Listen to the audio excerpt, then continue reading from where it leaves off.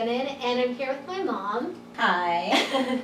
So obviously you can see we're not in my bedroom. I have like no makeup on, I look terrible, but I had like a chance to be able to sit down with my mom, and I know a lot of you guys wanted to hear kind of what it was like from my mom's perspective of growing up with me, because you guys have heard a lot of my crazy stories, and I'm sure some of you guys probably think that they're not true, but my mom can tell you They are. they're very true. So I'm gonna let her just kind of like bounce back and forth with some of the things and how she felt growing up with me and what it was like for her raising such an awful, terrible little demon child. What was it like, Mom? Well, actually, when you were little, it was perfect. Yeah. You were my perfect angel. Aww. I would take you to the grocery store and you would sit in the cart and flirt with all the men. Of course. And you were so sweet and you never got in trouble. And then I think you turned like 12 or 13 and hit the roof. All the shit just came flying from every direction. Yeah. I don't remember what you did first, but I do remember several stories. One when you were in high school, I know that you were picking a fight with some girl. You were mad at her because her boyfriend or your boy, she was trying to steal your boyfriend, I think. Don't you be going stealing my boyfriend. No, so then they took you into the office and the principal told you not to go near her. And Because I Shannon, tried to drown her in the toilet and burn her house down. yeah, so Shannon immediately followed her into the bathroom, gave her one big punch and knocked her to the ground. Next thing I know, the police were at the school and she was probably getting kicked out of that one. I didn't get kicked out for that. Yeah. Another story, you were out with friends and I was worried about you because it was late, and so my friend and I came looking for you at a party. I just told that story. We spent several days and nights at the police station searching all over for you when you wouldn't come home. One time she took my car, and I really didn't believe that she took it. But someone else told me she probably did. I don't think I called the police for that because I didn't want like my car impounded and all of that. But yeah, she did. She didn't even know how to drive. Yeah, no, I didn't. And she took my car. It's a ballsy little bitch. There's just so many stories. I can't even remember half of them. I think I blocked them out. When you were like having to deal with me, like going through like all this crazy stuff, were you just like, I give up on her, like I can't do this anymore, like I don't know how to help her, like when did you get to the point where you're like, I have to send her away and have other people take care of her because she's just too out of control, I can't do it anymore? Well, the reason that I sent you away was because I thought if I didn't send you away, you would keep doing drugs and be dead. So I did it for your own good and mine, and that was like you were like 15, because when you came back, you got in a car accident, you were turning 16, that's the only way I know, and you were supposed to get your driver's license and you didn't. Which sucked.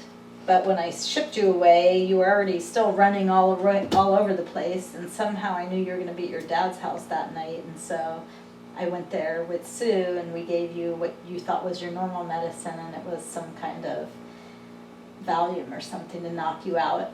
And then, she drugged me. and then we definitely got you in the car, but then the doctor told me to only give you half, and when we were in the car you started coming to, and I'm like, oh my god, you gotta give her the other half. She's gonna kill me. And we knocked you out for the whole plane ride. Not just the whole plane ride, but like I was knocked out for days. I remember waking up there and like I had been there for like days and I don't remember being there because she gave me too much of whatever the medicine was. Yeah. So, and then that program was like 9 months if you worked it to the T, and Shannon worked it to the T, so she could get the hell out of there. Yeah. It was in Colorado, and it took me forever to get you, like, to get that whole situation approved, because they always want to keep you in California. They don't want to take you out of state. But I said you would kill your dad's girlfriend if you stayed here. And I would have. So they finally did let me ship you out of state. Yeah. Yeah. Were you scared sometimes, like, living with me because of, like, all the weird, like, psychological issues I had going on? Like, did I scare you at some points? You only scared me one time when you were not doing well, and we took you to a doctor who wasn't your doctor, and they gave you Prozac, and it made you really crazy, and you wrote on every single wall in the whole room in like 5 minutes. Not just write and color, but like put sayings on the walls. Then yeah, we were really scared then. We called the cops and like 4 of them came and had to try to hold you down. Yeah, it was bad. Yeah, and I started taking pictures off the walls too, like all the family photos. Like before I wrote all over the walls, I started taking like pictures off, like all the pictures off the walls, and I just wasn't saying anything. And like I think my sister told my mom like, Shannon's taking all the pictures off the walls, and my mom was like, just let her do it because they were like scared of me. You were like, they didn't know what to do. So Yeah, I think I actually called the police. yeah, she did. She called the police. Yeah.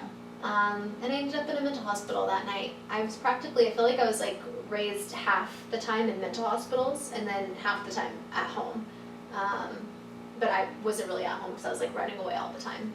So And they had you on all different medications, and Yeah. some would make you hear voices and some would do something else. So the medicine alone half the time was making you crazy, and then when I shipped you away they took you off of everything. Right, yeah. So basically, it was a crazy roller coaster raising me in my teen years. But look now, Aww. I have my angel back. Oh, she loves me again. I always loved you. Oh, I know you did, Mom.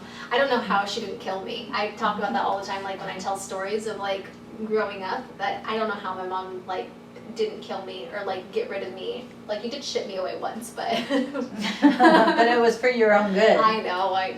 But anyways, I just think that's really funny. Alright, you guys, well, hopefully that you guys liked this little interaction of my mom telling you a little bit of what it was like growing up with me. If you did, be sure to thumbs up this video, and let me know if you guys want to see more videos with my mom. Maybe you want to hear her tell a story of something crazy more in detail about what it was like growing up with me, or something specific that happened. Thank you again so much for watching. Thanks to my beautiful mommy for coming on my main channel with me. I hope that you guys liked this.